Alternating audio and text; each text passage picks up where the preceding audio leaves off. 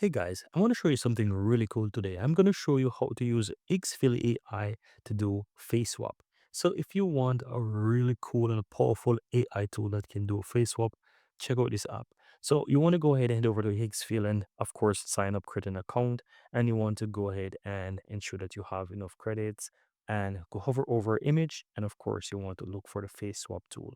Now, within this section, guys, you want to go ahead and do your face. So this is what you want to ensure that you upload. So you want to put your face right here and just find images of yourself and put it there. Now, the target image is the image that you want to basically put your face in. And so this is the image that I'm going to use to put my face there. So I've already downloaded this image already.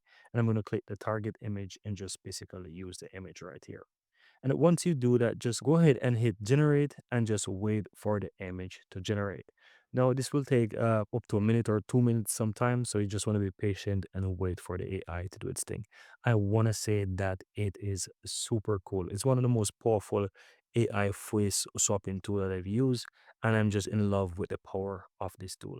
So guys, if you haven't heard about Higgsfield AI, this can basically generate some mind-blowing images. It has so many different AI tools within this one platform powered by so many different AI languages and models that you can actually use, right? And one of the features that I really like as well for images is that when you generate an image, you can even animate it right away afterwards by basically animate those images and turn them into video. And depending on whatever model you choose, whether you use Nano Banana or Sora AI or whichever other one that is there, Kling, whatever, it can even give it like a little story and give it, for example, like a voice or something like that. It just make take it to a whole nother level. Now have a look at this. You can see that it tries to model my face and put it into the image there, and I'm gonna make it larger and have a look at that.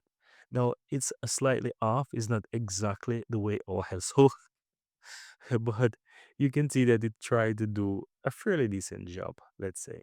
So, but yeah, guys, that's what you can easily do. You can easily try it.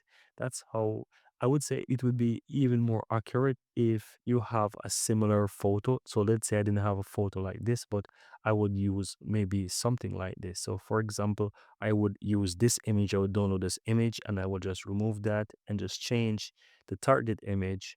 Let's say it will make it much better in terms of what it generates. So I'm going to go ahead and use this option here. It's going to upload this image and we can try to generate the target image much better. So depending on how your face actually set, it will basically try to do it. So the angle of the face, so as you can see, my face angle would be towards the left while this one will be towards the right. Depending on how the face shift, then it tries to figure out the best way how to ensure that it looks the same, right? So that's what I'm trying to say. Because if you look towards my face right here, you can see that my face kind of are towards the left, while this face is like towards the right, if you get the idea. And so this one should in theory look much better than this image here once the generation is complete. So you'll see in a moment once it finished generate how it actually looks. And that's why it's very important to have an image, your image and the target image have a similar, let's say, similar style and body language, let's say, should actually look the same. So if your head is turning to the left, you don't want to try to use an image to turn to the right. Of course, the AI will try to do a good job, but it will get closer to a realistic result if the body language direction almost set the same. Now have a look at this one. You can see now that this one looks much better. Of course, it makes my hair a bit more longer, but you can see right here that this one looks much better than the previous one, right? So that's what I meant. So you can easily go ahead and generate, let's say, do face swap with images once you have the body language set in a certain way.